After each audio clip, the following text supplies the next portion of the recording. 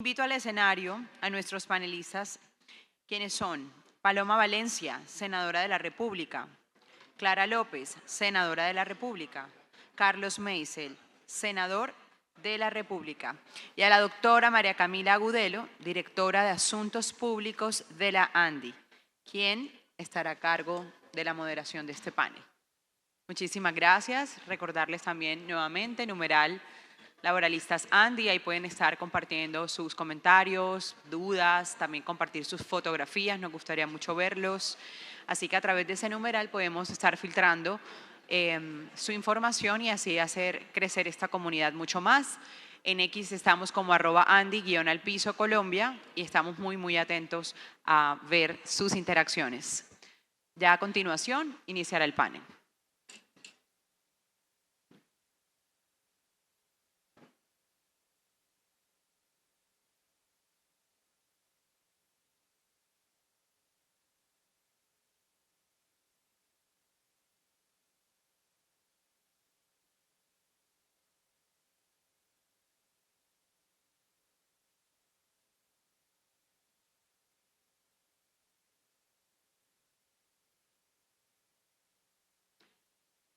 Muy bien, ya estamos por dar inicio con nuestro panel denominado exactamente Reformas Laborales y Coyuntura Política. Les recordamos entonces quiénes nos van a acompañar: Paloma Valencia, las senadoras Paloma Valencia, también la senadora Clara López, y llamamos a el senador Carlos Meisel también a este escenario para poder dar inicio con nuestro panel.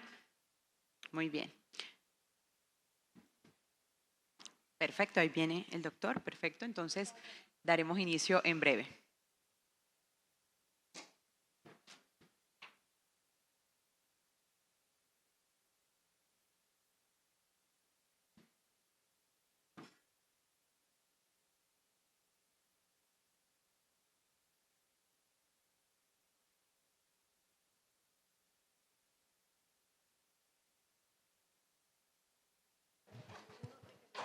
Así es, que no estamos de pelea. Bueno, buenas tardes, muchas gracias por aceptar esta invitación. Yo creo que este panel es muy importante teniendo en cuenta la coyuntura que estamos viviendo. Los que nos acompañan hoy están muy ansiosos de conocer también la perspectiva de ustedes frente a todo el panorama político que estamos viviendo, que precisamente está centrado en la reforma laboral, que es uno de los temas de los que hemos discutido hoy acá y que nos traen a este encuentro. Entonces, yo creería que podemos iniciar la discusión hablando precisamente de lo que pasó estos 2 días en el Senado, donde vivimos el hundimiento de la consulta popular y la reactivación de la reforma laboral. Si quieres, empecemos por la senadora Paloma, si nos puedes dar tu perspectiva frente a lo que viene ocurriendo esta semana. María Camila, muchísimas gracias. Un saludo para ti, para el doctor Bruce, para todos. Muchísimas gracias a la Andy por esta invitación. Saludo a mis colegas, la senadora Clara, el senador Meisel. Qué alegría compartir con ustedes este panel tan importante en esta coyuntura precisamente. Yo lo que creo es que hay que tener 2 discusiones distintas. Una, los temas laborales, que yo creo que podemos discutir digamos detalladamente, y otra cosa muy distinta que era lo que se estaba votando ayer, que era la consulta popular, que en mi opinión iba a ser el primero de los rompimientos institucionales irreversibles para Colombia. Quiero decirlo de manera muy sencilla. El Estado de Derecho tiene como eje central que un poder público le pueda decir a otro poder público no. Y ese otro poder público, por estar sometido a una democracia, tiene que aceptar ese no. Y puede utilizar los mecanismos de la persuasión, del diálogo, en el caso de lo jurídico, la apelación, pero no puede violentar los otros poderes públicos. Se los voy a explicar de una manera que todos nos podamos entender. Supónganse que la decisión hubiera sido la de la Corte Constitucional diciendo que se caía la reforma pensional y que entonces el presidente Petro hubiera dicho, pues eso dice la Corte, nosotros vamos a tramitar una consulta popular y vamos a llevar al voto popular la decisión de si se cae o no la consulta popular. Y entonces ustedes dirían, sería un exabrupto. porque estaría destruyendo la institucionalidad. Pero quiero ponerles otro ejemplo para aquellos que son petristas y que digan, pero es que la pensional es muy buena, para que le quitemos el matiz político. Supónganse que cuando venía la segunda reelección del presidente Uribe y sale el fallo de la Corte Constitucional, el presidente Uribe hubiera dicho, eso dice la Corte, pero la gran mayoría de los colombianos, porque acuérdense que él tenía el 82% de favorabilidad, quieren que yo me reelija. Yo más bien someto esta decisión a una consulta popular. Habría barrido y había destruido el Estado de Derecho. Lo que iba a pasar ayer era una cosa sumamente grave, que era coger la figura de la consulta popular para desarticular el equilibrio de los poderes en Colombia. Y por eso yo creo que la victoria que se tuvo ayer no es la victoria de unos partidos frente a otros, fue la victoria de la democracia de Colombia, que garantiza que Colombia no va por la ruta de Venezuela. Porque yo creo que muchos nos preguntábamos eso, ¿cómo una democracia andante, funcional como la venezolana, pasó a ser una tiranía sin que nadie se diera cuenta? Fue por pequeños eventos como el que hubiera podido ocurrir ayer, que destruyeron los equilibrios de poderes y rompieron las bases institucionales del Estado de Derecho. Entonces, independientemente a la discusión de la reforma laboral, que me parece que es muy importante y que hay que darla y la dará el Congreso, lo que pasó ayer fue que resguardamos la arquitectura institucional de este país para que no se utilice la voluntad popular para romper el equilibrio de los poderes. Y yo creo que eso es un paso adelante para el fortalecimiento de la democracia colombiana.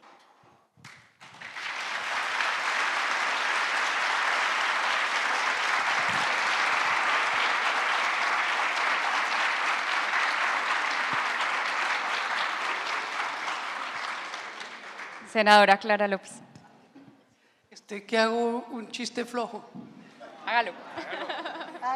Que a mí me tocó en la universidad el preparatorio de laboral con un abogado laboralista patronalista. Entonces a mí me suena que el aplauso es patronalista. Por lo siguiente, mire, Paloma, en lo que hace al referendo del presidente Uribe, habría sido inconstitucional, porque por consulta popular no se pueden debatir reformas constitucionales. Entonces, el ejemplo no ha lugar. Pero en lo que hace al equilibrio de poderes, yo diría algo distinto. La Constitución del 91, que lleva 30 años, está empezando a ser entendida por gran parte de la población y como interiorizada. Todos, desde distintos lugares del espectro político, defendemos la Constitución del 91. Y resulta que esas instituciones de participación ciudadana son parte integral de la Constitución del 91, sino que no las hemos desarrollado al máximo. Y una de las funciones de esa democracia participativa es complementar y completar la democracia representativa, que está haciendo crisis en todas partes, no solamente en Colombia. ¿Y por qué digo que está haciendo crisis? Yo creo que no hay una institución peor calificada que el Congreso de la República, ni una profesión más despreciada que la del político. ¿Y eso qué refleja? Refleja que la gente no se siente representada en los políticos y tampoco se siente representada en el Congreso de la República. Entonces, esa representación mediada en que todos nos paramos allá a echar los discursos, yo represento al pueblo, y creo que fue Meisel el que dijo en uno de los debates de ayer o antier que todo el mundo se arropaba en el pueblo, haciendo una crítica que yo comparto. No. Uno llegó allá por una u otra manera, pero eso no lo hace a uno representante de un pueblo que muchas veces ni lo conoce.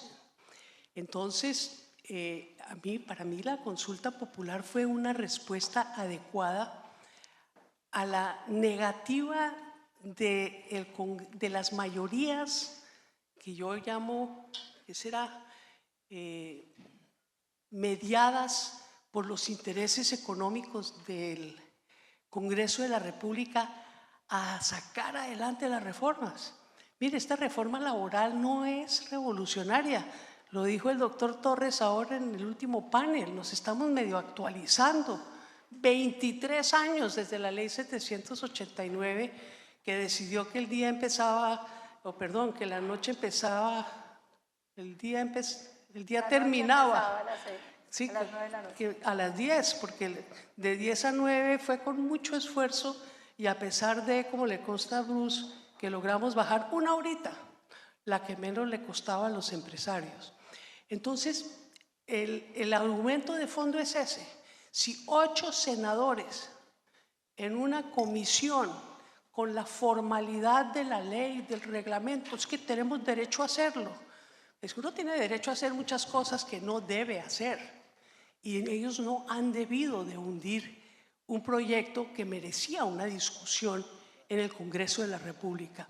Y es a eso a lo que responde la consulta popular. Ahora esperemos a ver, yo creo en la buena fe, ojalá salga una reforma laboral del Congreso de la República, la podemos valorar sí y cuando salga, porque si sale un remedio de reforma, pues vamos a volver a insistir en la consulta popular para completar, para complementar la democracia representativa con democracia participativa que no constituye ninguna afrenta a la Constitución ni revienta la división de poderes, sino que fortalece las instituciones dando mayor alcance a que la población pueda pronunciarse para defender sus derechos. Mencionas algo muy importante que es el fortalecimiento de las Sin instituciones. aplauso. No, mire, yo le iba a aplaudir.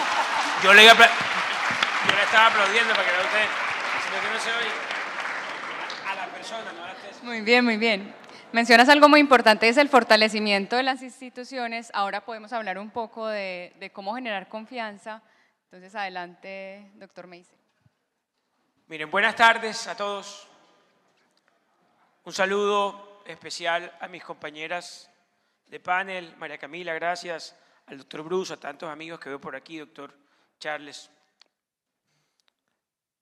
El gobierno metió al país en un problema serio con el tema de la consulta.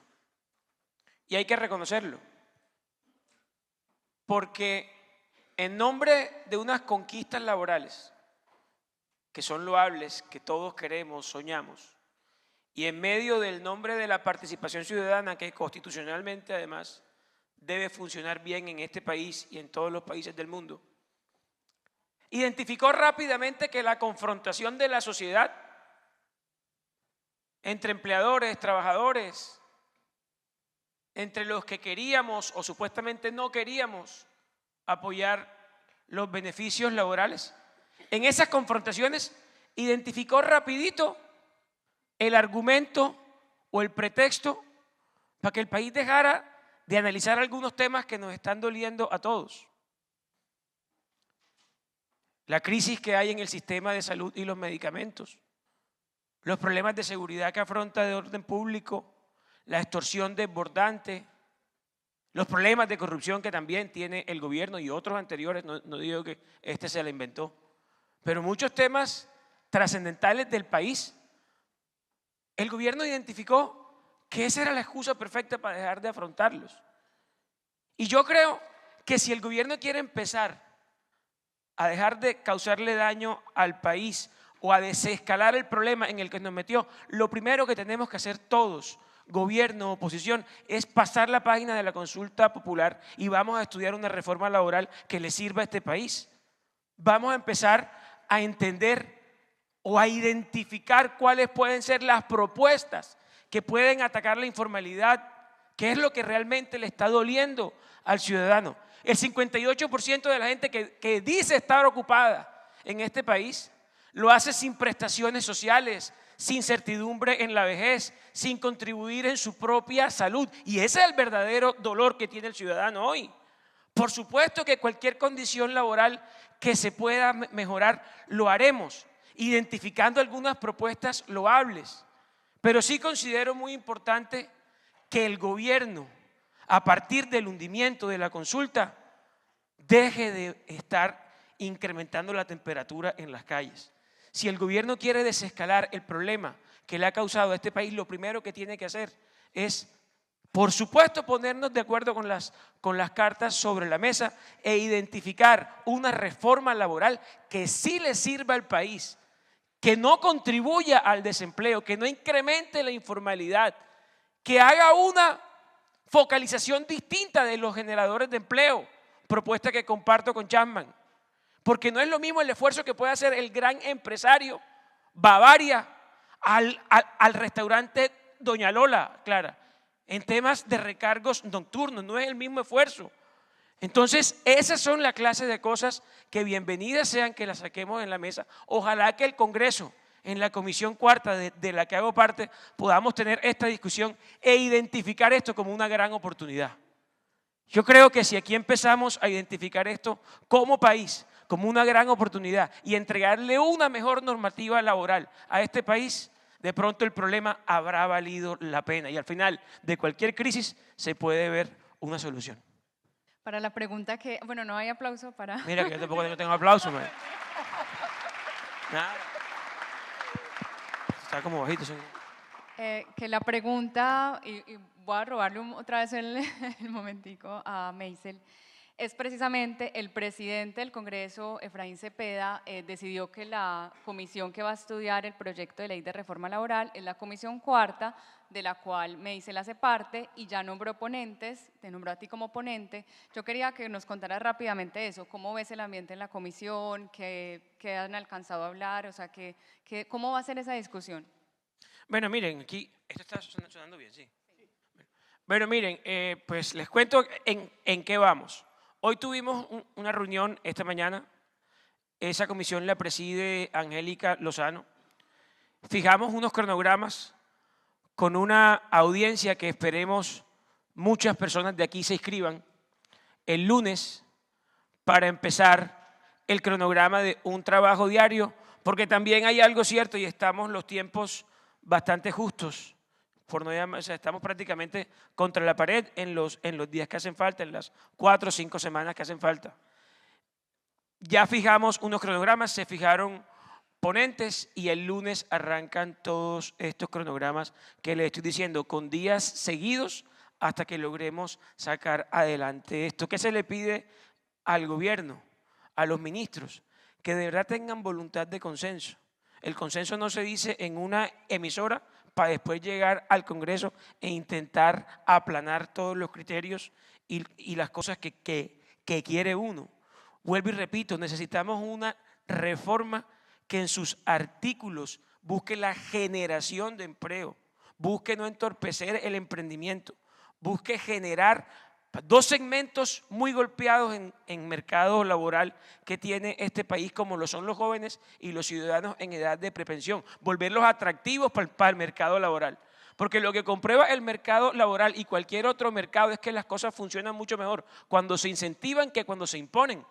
Y si usted genera unas condiciones para que el generador de empleo empiece a contratar jóvenes, por ejemplo, vía rebajas en la cotización del generador de empleo, para el joven y para las personas de prepensión, se empieza a volver atractivo para el mercado laboral. Entonces aquí se puede crear un articulado que genere posibilidades de empleo, porque con el respeto que el gobierno me merece, en los 80 artículos de la reforma laboral que se hundió, no hay una sola frase que busque vincular personas nuevas al mercado laboral. Y eso es justamente lo que necesita este país, porque es muy bonito.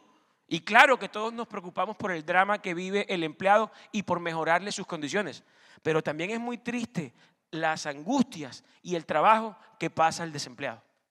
Precisamente lo que estás mencionando, una pregunta que le quiero hacer a la senadora Clara, y es el tema de la informalidad. En este momento tenemos un problema con los trabajadores por cuenta propia, que no tienen, como mencionaba el senador Meisel, acceso a seguridad social, una pensión, una salud, riesgos profesionales, etcétera. ¿Qué consideras tú, también desde la visión de como exministra, qué se podría hacer o qué podría hacer el país para incentivar más la formalidad? Bueno, aquí tenemos una diferencia profunda. El Código Sustantivo del Trabajo, como decía la ministra, no es para generar empleo, no es para desincentivar la informalidad, por una razón muy sencilla. Se trata de unos derechos fundamentales básicos que equilibran una relación asimétrica, que es la que hay entre el empleador y el trabajador. Si queremos incentivar el empleo y queremos reducir la informalidad, tenemos otra herramienta mucho más poderosa, que es el Plan Nacional de Desarrollo, que ojalá fuera también mucho más conversado con el sector privado de lo que ha sido la planeación en nuestro país y seguramente en este gobierno. Pero mire, yo lo refiero a ese estudio tan interesante que hizo Alejandro Gaviria sobre la Ley 789. Yo no creo que puedan decir que Gaviria no es un neoliberal completo. Él suscribe el consenso de Washington de la A a la Z, ¿sí? Pero ahí sale en ese estudio clarísimo lo que sostenemos muchos economistas estructuralistas.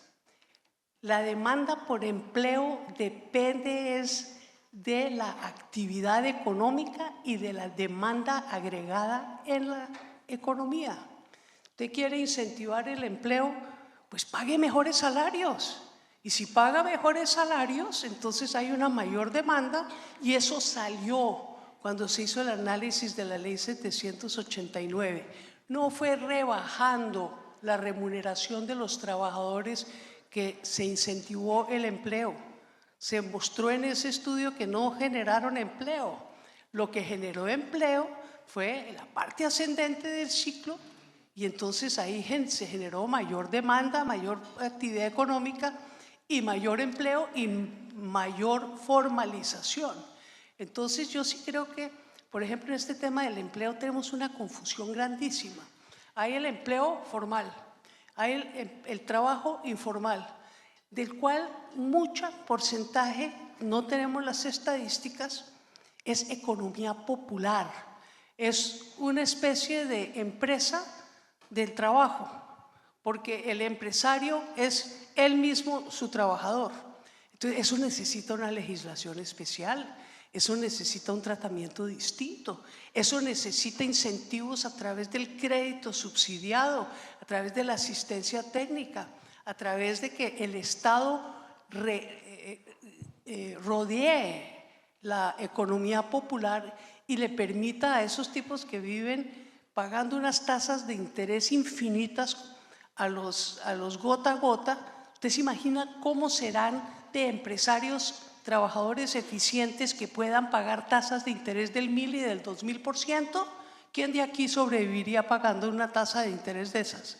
Imagínense si eso se lo reemplaza a usted con crédito de la banca pública y de la banca privada, a la que poco tienen acceso también por el problema de las tasas de interés y la falta de democratización del crédito. Entonces, esto es una manera integral de ver el fenómeno del empleo. La ley no crea empleo, y reducir los salarios, que es en lo que siempre terminan cuando hablan de formalización. Ya veo que va a salir la propuesta de pagar por horas. Pagar por horas es acabar el salario mínimo. Entonces, me parece que ese tipo de propuestas empobrecen la economía, generan más confrontación social y desde luego no resuelven el tema del empleo. Y quiero hacerle un comentario al colega Mesa. Mire, sí es cierto, aquí hay una confrontación social de clase, no me queda la menor duda. ¿Y qué es lo que tenemos que hacer? El señor Warren Buffett, como dije ayer, en una entrevista al New York Times, le preguntó el periodista, ¿sí se recuerdan quién es Warren Buffett? Es el que descubrió que pagaba menos impuestos que su secretaria. Ella con un salario normal, él con todas sus grandes fortunas empresariales. Ese señor le preguntó a un periodista del New York Times sobre la lucha de clases y dijo, pero claro que la lucha de clases existe y nosotros, la clase rica, la estamos ganando. Eso es lo que está pasando en Colombia, eso debilita las instituciones y eso es el cambio que tenemos que hacer dialogadamente. Yo no creo tampoco en llamar a la gente a la violencia. Petro ha llamado a la movilización pacífica y ha hecho el reclamo que no le rompan. A ver, ¿no vieron el discurso? Es que ustedes se ríen y creen que le obedecen para lo malo, pero que no le obedecen para lo bueno. Dijo, no quiero ver que rompan un solo vidrio. Bueno, pero veo que le tienen, oiga, pero veo que le tienen mucho miedo a la movilización social. Vengo yo esta mañana. No, nosotros la usamos también, claro. Trabajando. No fue solo Meisel que estuvo en la comisión cuarta, yo estuve en la CUT, en la reunión de organizaciones sociales, organizando los cabildos y la movilización de la semana entrante. No, este pueblo no es violento, la movilización no es violenta. Pues que ustedes no van a la calle. Yo he estado yo creo que en los últimos 20 años no me he perdido una sola marcha del 1 de mayo. Y empezaron a ser pacíficas más o menos cuando yo estuve en la alcaldía. ¿Y sabe qué pasó cuando estuve en la alcaldía? Yo no dejaba que saliera el SMAT a la calle a proteger las protestas. No, es que hemos avanzado mucho y nuestra policía ha avanzado mucho. Ya no están agrediendo a los manifestantes, entonces ya no hay, bueno, habrá algunos indisciplinados que se pueden aislar de las marchas, pero eso de disolver las marchas a punta de, ¿cómo las llaman? Bombas de aturdimiento y gas lacrimógeno, no es un buen consejo. La movilización es sana, la movilización muestra el contrapoder. Y yo creo que lo más importante, y lo planteo aquí donde hay tanto escepticismo, es que no caigan en la trampa. A mí me presionó la prensa a no morir, a que no podía quitar las vallas que separaban la cancha de juego en el campín de donde se sientan, de las gradas, de la gradería donde se sienta el público, que lo tuvimos que quitar para el Mundial Sub-20. Pues no volví a poner las vallas.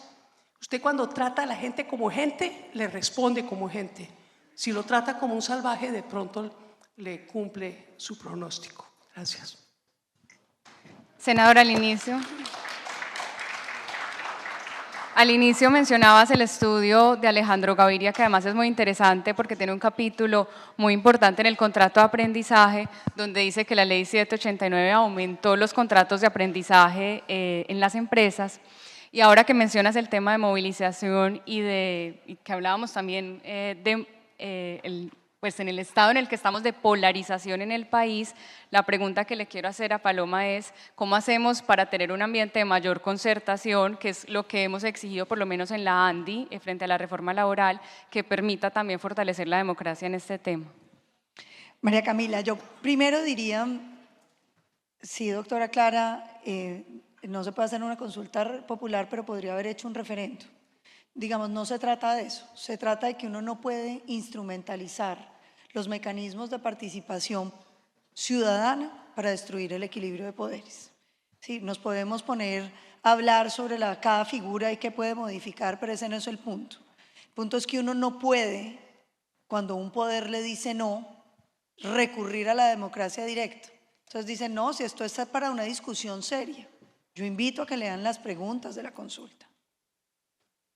Eso es contarle al ciudadano no la mitad de la historia, sino el título bonito de cada cosa. Como decirle a los ciudadanos, señores ciudadanos, ¿ustedes no quieren que el Banco de la República emita billetes y los reparta entre los ciudadanos pobres para superar la pobreza? Pues sí, uno no le puede poner preguntas complejas quitándole lo que significaría eso. Usted tendría que ponerle a todas esas preguntas un apellido y entonces la gente tendría que sentarse a estudiar economía largamente para poder contestar la pregunta. Doctora Clara, si esa consulta realmente fuera seria. ¿Cómo van a decir que si usted no quiere que el ciudadano rural le paguen un salario completo? ¿Quién va a decir que no? La pregunta no es esa, la pregunta es por qué la informalidad en el campo es del 86%. porque tenemos unos microfundios productores de café que no son capaces de sostener un asalariado completo porque simplemente no alcanzaría. Entonces yo creo que aquí no podemos trivializar una cosa tan compleja como los mercados laborales, que necesitan experticia, que necesitan técnica y que necesitan estudios. Entonces yo sí creo que lo de ayer fue muy importante. Pero quiero decir otra cosa. Tampoco es cierto la versión del gobierno de que es que le ganamos por muy poquito, porque yo quiero recordar que la izquierda en este país tiene 5 votos gratis que no tuvieron que elegir. Para que quienes no somos de derecha podamos ganar, hay que tener por lo menos 6 votos para poder superar las 5 votos de las FARC que no representan a los colombianos y que están regalados ahí. Y también quiero decir lo siguiente, yo coincido con el senador Meisel, esta es una oportunidad enorme. ¿Por qué? Porque ante los llamados que en mi opinión sí ha hecho el presidente a la violencia, el país tiene que responder con un gran gesto de unidad. Por eso hay que invitar a la ANDI, a FENALCO, a los sindicatos, a los trabajadores, a los empresarios grandes y pequeños, a que logremos para mostrarle a este gobierno que sí se pueden lograr los consensos. Porque este gobierno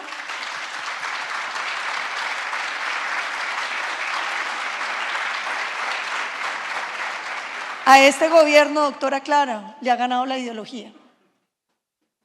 Si ellos hubieran querido concertar la reforma laboral estaba concertada. Como hubieran podido sacar la pensional concertada, pero no querían ceder una coma. Les dolía pensar que uno pudiera hacer alguna modificación. Mire, lo que me dolió a mí después de semanas con la ministra Aurora negociando un acuerdo para la reforma estatutaria de la educación y el presidente Petro salió a romperlo apenas estuvo listo. No es verdad que en este país haya una oposición irracional y una oposición que es que odia al presidente Petro. No es verdad. Todo lo contrario, ha habido voluntad. Yo llevé mis proposiciones, 27 sobre la pensional. Ninguna se podía. No les interesaba hablar con nadie. Y dicen, es que la oposición engavetó la pensional 7 meses. Mentira. Una oposición de 25 senadores que somos, pues no pueden engavetar nada. La senadora María José Pizarro presidió las sesiones. Si ella hubiera querido anunciar el proyecto, lo había hecho. ¿Sabe por qué no lo anunciaron? Porque no tenían mayorías. ¿Y sabe por qué no tenían mayorías? Porque no querían consensuar con ningún partido político. Porque el gobierno tiene una fijación ideológica que le hace pensar que es lo que ellos quieren en el corazón del presidente y si no, nada sirve. Yo sí creo que aquí hay una oportunidad enorme de que el país le muestre que a pesar de las diferencias políticas son posibles los consensos y que todos podemos ceder un poco y que somos capaces de sacar este país adelante. Porque a mí también me molesta mucho el nuevo discurso según el cual el Congreso no deja gobernar al presidente. Es que el Congreso hace las leyes, el presidente ejecuta la plata de los colombianos.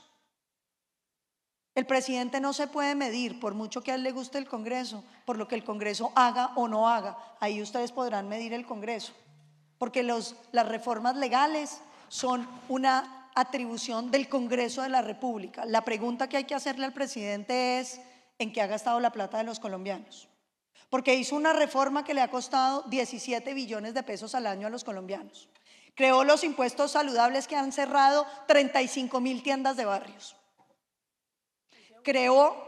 No es el de uno lo cerró antes, doctora Clara. Hoy los está cerrando los impuestos saludables que le aumentaron a los tenderos los precios de sus productos a unos niveles donde un colombiano hoy… Y al consumidor la compra. Claro, pues no se puede comprar una arepa con queso porque es un producto ultraprocesado, ni unas papas fritas porque son ultraprocesadas, ni una torta de cumpleaños porque el Estado le está cobrando el 40% de la torta en impuestos. Entonces yo creo que aquí hablemos de lo que ha hecho el gobierno, hablemos de cómo está el sistema de salud, hablemos de cómo está la infraestructura, cómo están las vías terciarias, cómo están las escuelas, dónde está la plata de los colombianos. Petro ha tenido un presupuesto 20% más alto que el presidente Duque.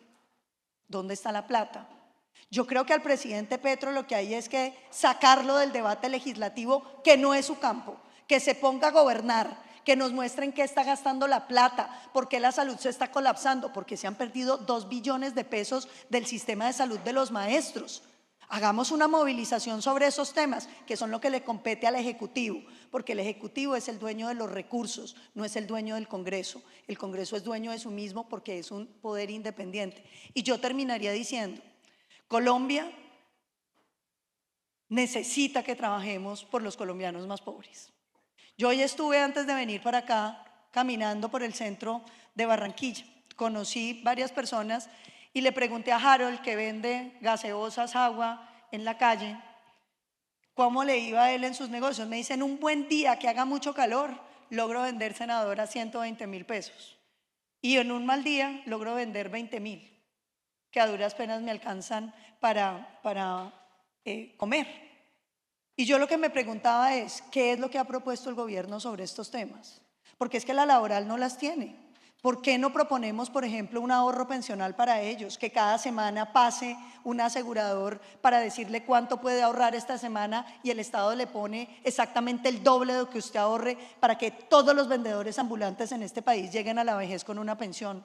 ¿Por qué no logramos entregarle una cámara de comercio gratuita a cada uno de los pequeños negocios para que podamos sacarlos del gota a gota y hacerles créditos a través de las cajas de compensación y a través de las cámaras de comercio, que se pueden convertir en un elemento fundamental para la democratización real del crédito en el país? ¿Por qué no trabajamos en cosas que son fundamentales para el país, como que los colombianos no tengan que ver destruir sus casas?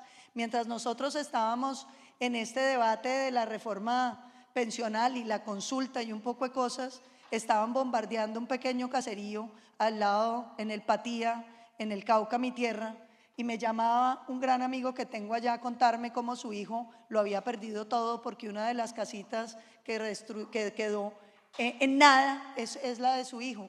Y yo pensaba, ¿qué es lo que le pasa a este país que no entiende las prioridades de los colombianos? Realmente hablar de esta reforma pensional sobre las horas extras nocturnas con recargos y dominicales es hablar de una pequeña fracción de colombianos que no representan los colombianos pobres. ¿Dónde están las respuestas para esos ciudadanos que lo pierden todo y que todos los días trabajan tratando de salir adelante y el Estado simplemente se tapa los ojos? No este gobierno, muchos gobiernos, pero que no nos digan que ellos son los que le han cumplido a lo social, porque no es cierto.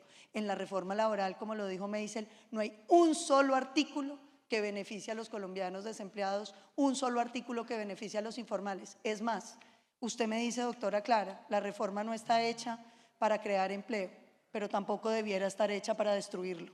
Y cuando usted encuentra estudios serios como el Banco de la República y Fedesarrollo diciendo que vamos a perder 500.000 de empleos, eso debe ser inaceptable para cualquier persona de cualquier filiación política, porque lo que Colombia necesita es empleo y creación de empleo, de valor, de riqueza, de desarrollo, y en eso es que debiéramos trabajar. Yo desde aquí invitaría al senador Meisel como ponente a que hagamos una gran reunión de todos los partidos políticos, con los sindicatos, con la ANDI, con FENALCO, con todos los pequeños empresarios que quieran participar para concertar entre todos una reforma laboral que le cierre la boca al gobierno y que le muestre a Colombia que la concertación sí es posible y que Colombia avanza.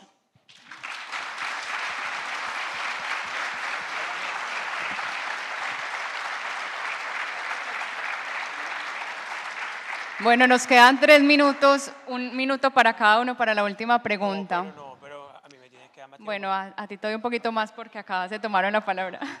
Voy a ser yo Senador jodido. Meisel, de acuerdo también con lo que estaba diciendo Paloma, el debate de la reforma vuelve, digamos, al escenario natural de representación y participación que es el Congreso, pero además tú haces parte de las comisiones económicas que precisamente tienen que discutir todos estos temas. ¿Algún mensaje que quieras dar en este tema? Sí, y tiene que ver mucho una pequeña réplica que me obliga a hacer la doctora Clara. Miren, uno entiende, doctora Clara, totalmente el concepto del aumento de la demanda agregada y de la mejoría económica a partir del consumo, todo eso es cierto, pero eso gravita sobre una cosa sencilla que se llama crecimiento económico.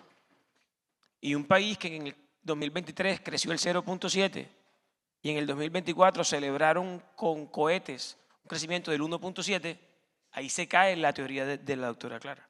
Porque hay que aterrizar eso a nuestra realidad y a la coyuntura. Y estamos de acuerdo, doctora Clara, una reforma laboral o el código sustantivo de trabajo no puede tener normas que dinamicen o que generen un crecimiento económico. Pero la gran pregunta es entonces, ¿dónde están esas propuestas? Porque si yo les digo a ustedes, ¿quién de los hombres aquí quiere jugar como James Rodríguez fútbol? O sea, nadie. O bueno, para hacerlo más, ¿quién de todos ustedes queremos romperle el récord de 100 metros planos a Usain Bolt? Yo también. Bueno, ¿o quién quiere ser como, no sé, como Amparo Grisales? ¿Quién quiere ser millonario? Eso sí es más fácil. Mi sueño es romperle el récord a Usain Bolt. Pero ustedes me dirán, no, Meisel, y con esa barriga con la que andas, ¿cómo lo vas a hacer? Así mismo pasa aquí con Petro. En un clima país tan complejo como el que está afrontando Petro, o como el que tiene el país Petro, ¿dónde están las estructuras tributarias que beneficien el mejoramiento y la contratación de personas? ¿Dónde está la seguridad para que el comercio, por ejemplo, aquí en Barranquilla, para nadie es un secreto que lo único que se democratizó en este país fue la extorsión? Y la extorsión de las bandas criminales hoy tienen una renta paralela de recaudo igual o más nociva que la DIAN. ¿Dónde está en este país el gasto público en inversión? Que eso sí dinamiza el mercado laboral, no las corbatas que se inventan en los ministerios. ¿Dónde está el mejoramiento de salud que puede mejorar los climas? Incluso el gasto de las empresas para que sus ciudadanos y sus empleados tengan un mejor servicio de salud. Entonces, así como yo con esta barriga no puedo pensar en romperle el récord de los 100 metros planos a Usain Bolt, Petro, si no genera las condiciones de país para generar y mejorar empleo, tampoco lo va a lograr y no lo vamos a sostener. Entonces, doctora Clara, el crecimiento de la demanda y de la oferta laboral a partir del consumo necesita otro tipo de condiciones que el gobierno claramente no está generando. Y eso yo creo que es parte de la confusión conceptual que tenemos que empezar a aclarar en este país. Para generar empleo se necesita un clima y una oferta en muchas cosas, y una tranquilidad y una certidumbre. Una agresividad que coge Petro con todos los sectores, nada le gusta. Nada le gusta. Y si yo soy extranjero y tengo la posibilidad de invertir 2 pesitos en Colombia en alguna cosa y veo ese problema que tiene Petro con los industriales, con la salud, con las petroleras, con la ganadería, ahora con Estados Unidos, nuestro primer socio comercial, yo no invierto un peso aquí. Entonces, todos los climas o todas las condiciones para que Petro pueda romperle el récord a Bolt no las está presentando. Por lo tanto, sí, carece totalmente de sentido un aumento del empleo a partir de la demanda agregada, teniendo en cuenta nuestra realidad, doctora Clara. Se entiende el concepto, pero en otro país que no es Colombia.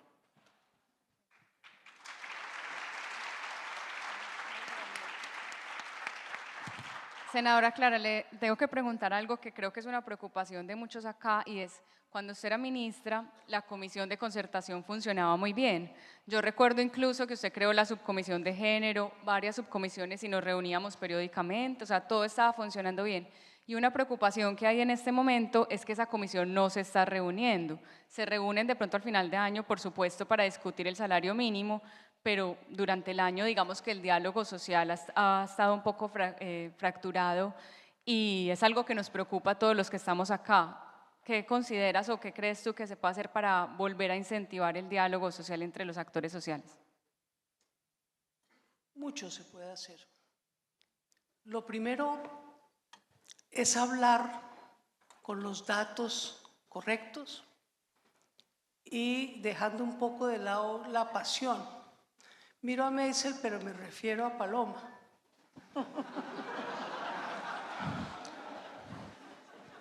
Ella dice que dialogando nos ponemos de acuerdo.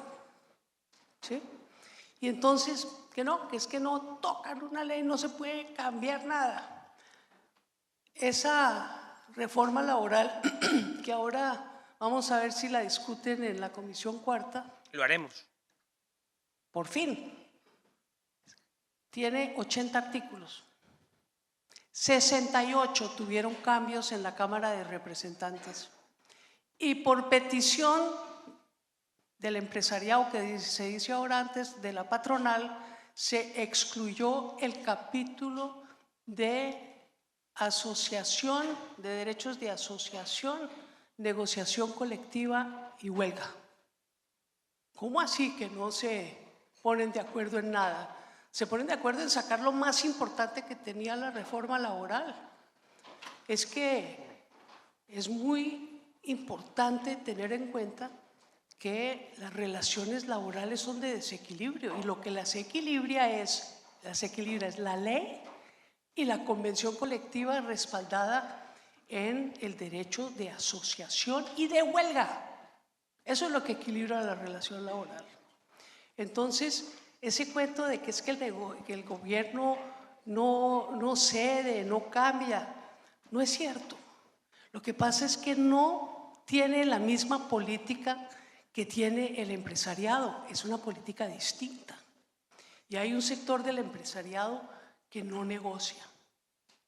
Yo creo que ha cambiado la ANDI un poco, pero cuando yo estaba de ministra de Trabajo, después de la negociación del salario mínimo, llevé un paquete de proyectos de reforma laboral a la Comisión de Concertación Laboral, porque todo el mundo decía lo que usted acaba de decir, es que solo se reúne para el salario mínimo. Y dije, voy a ser distinta, yo voy a... Entonces dije, bueno, todo lo que yo tenía ahí como acumulado, presentamos varios proyectos con la doctora Mariela Barragán, que fue mi viceministra.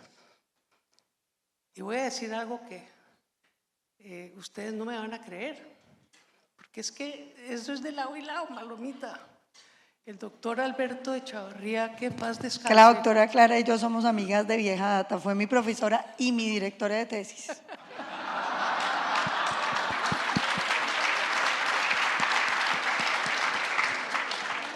Estudiante muy aventajada,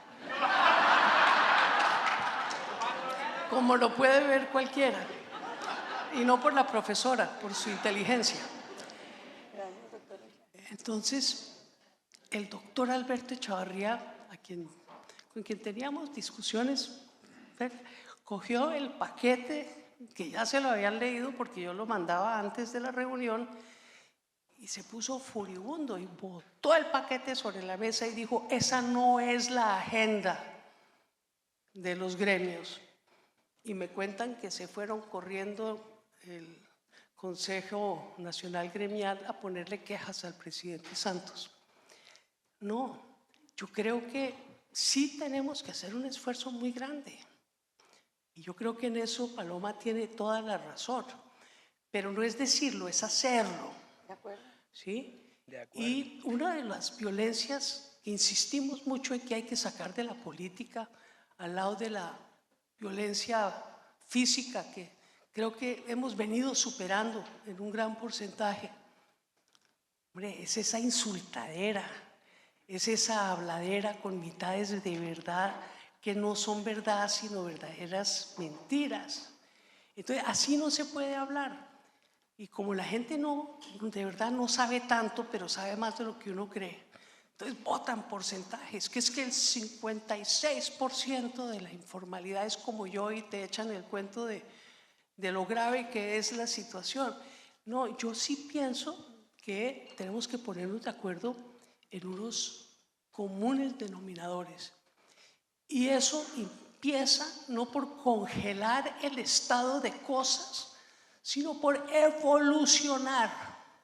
Mire, el señor Trump, que ha asustado al mundo con sus aranceles, ha dicho públicamente una de sus principales motivaciones, que es que su clase trabajadora, por cuenta de los salarios bajos, deprimidos, la carrera al fondo del consenso de Washington, que entre menos salarios, menos costos laborales y menos impuestos se pagara, más inversión extranjera llegaba, destruyó el empleo.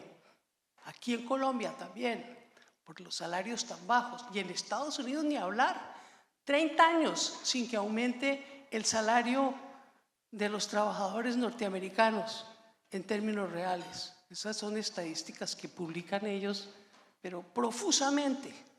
Entonces él dice, yo voy a proteger mi mercado interno de toda esa competencia desleal. ¿Y por qué es desleal? Porque no pagan los salarios que tocan, porque no tienen las garantías laborales que tocan y porque no pagan los impuestos que tocan. Aquí dicen, ¿dónde están los subsidios para que podamos generar empleo? ¿Y con qué? ¿Sí? Porque nosotros pensamos que, uy, esa reforma tributaria del presidente Petro tan dura. ¿Cuántos fue que se fueron del país? No, ¿Empresas? ¿cómo que con qué? Ah, ¿Cuántas empresas se fueron del país? Yo tengo miren, las cifras. se han ido 2 millones de colombianos desde que empezó el gobierno Petro. Pero los- 2 millones. no, pero esos son- Y eso los ayuda en las cifras de desempleo. Esos son los que caminan por Porque el créame Darién que se porque fueron. No No, les pagan sueldos en no, Colombia. no, Los no, no, empresarios no, no se no. han ido. Aquí están No, todos. no, no, no, no, no, no, no, no. Chapman, ¿cómo es que es la cifra que tiene esto? No se van a España como dicen porque allá les toca pagar más impuestos. Entonces lo que les quiero decir es que el estado de cosas, aunque a ustedes les parezca que estoy diciendo exageraciones, es que el mundo sí cambió. El mundo ha cambiado. El señor Trump no va a aguantar no ponerle aranceles a Colombia, no porque Petro se fue a China, sino porque aquí no pagamos los salarios decentes que exige la OIT. Por acá está el doctor, director regional de la OIT, y puede dar fe de las peleas que dimos para ingresar a la OCDE. ¿Y cuál era la gran pelea para la OCDE y para el TLC en Colombia? La tercerización ilegal de los trabajos misionales de las empresas. Y queda un resquicio que son los contratos sindicales y eso está en la reforma laboral. Entonces, no, que qué horror, que Petro, que el comunista. No, OIT. ¿Por qué cree que yo pude aceptar el Ministerio del Trabajo? Porque los estándares laborales de la OECD son superiores a todo lo que pasa en Colombia, salvo las grandes empresas multinacionales que sí están acorde con los estándares internacionales. Entonces, yo sí digo, mirémonos en nuestro espejo, si es que aquí tenemos que vivir todos. Y entre más nos pongamos de acuerdo, pues vamos a vivir mejor. Pero no nos vamos a poner de acuerdo diciendo, no, es que ese es el malo, ¿sí? Ese es el demonio. Yo acepto que a veces se le va la palabra,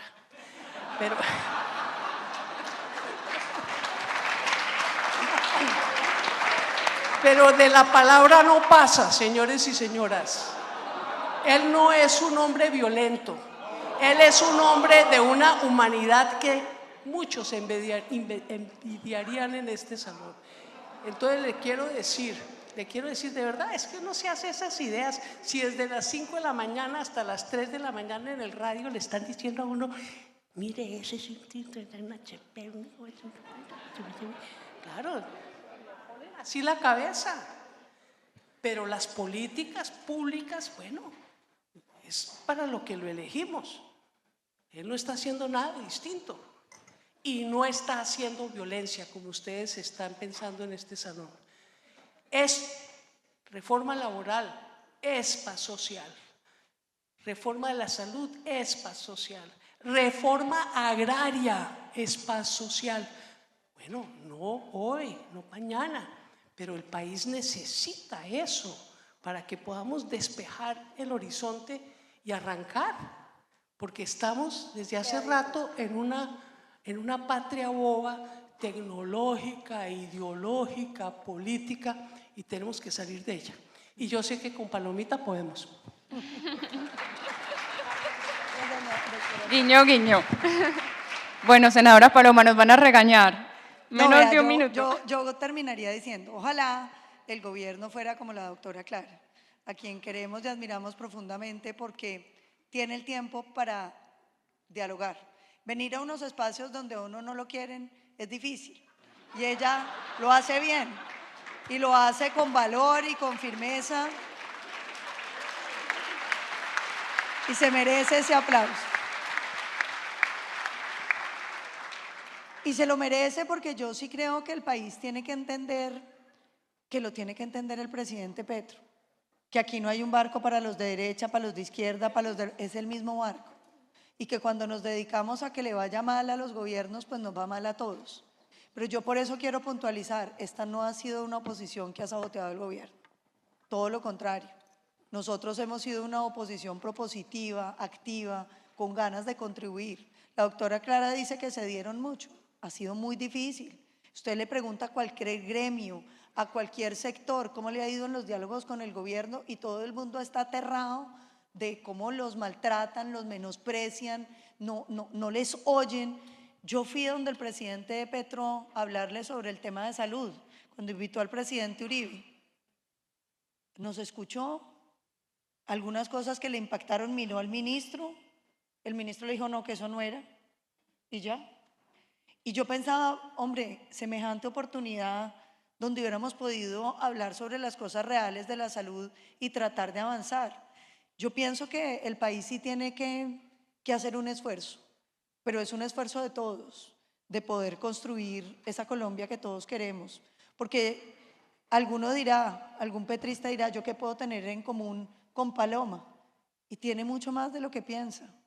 Tiene el deseo de querer vivir en este país, tiene el deseo de querer que nuestros hijos vivan en este país y tiene el deseo de que este país viva en paz y de que cuando nazca un colombiano tenga todas las oportunidades, que yo lo he acuñado con el derecho a enriquecerse de cada colombiano. Por eso le dije que el deseo de todos los colombianos es ser millonarios y ese debe ser el deseo y tiene que ser el deseo que uno pueda cumplir porque el país le da buena educación, porque no le damos la peor educación a los más pobres, sino porque podemos pensar en bonos escolares y en competencia para la educación pública, para que haya calidad en la educación. Tenemos que buscar cómo después logramos integrar la inteligencia artificial para estar encima de la ola y no debajo de ella y ahogarnos todos. Aprovechar la revolución energética que tiene el mundo para que este país haga negocios grandes. Es decir, todo está por hacer. ¿Sabe qué nos falta a los colombianos? Entender que somos capaces de volar, creernos el cuento y salir volando, porque somos capaces de hacerlo. Y yo creo que estas coyunturas, cuando, contrariamente a lo que cree la senadora Clara, Petro nos tiene tan asustados, tan agobiados, tan cansados. Yo me levanto a las 5 de la mañana y pienso, Dios mío, no quiero abrir el Twitter, es que no quiero leerme una pastoral. Cópiame que yo no los leo. De pronto hago eso. Uno tan cansado, uno no puede dejar que el cansancio lo venza, no puede dejar que la violencia lo venza, no puede dejar que la desesperanza nos gane. No podemos renunciar al sueño de una Colombia que es posible. Y si algo nos tiene que quedar hoy claros, es que esa Colombia es posible y que empieza con ese gran acuerdo de la reforma laboral que será realidad con ayuda de todos ustedes, de la ANDI, de los sectores políticos y ojalá, doctora Clara, de parte suya, de todos los trabajadores que la acompañan, porque Colombia se merece que seamos capaces de llegar a acuerdos que escriban un futuro distinto para todos. Muchísimas gracias. Muchas gracias.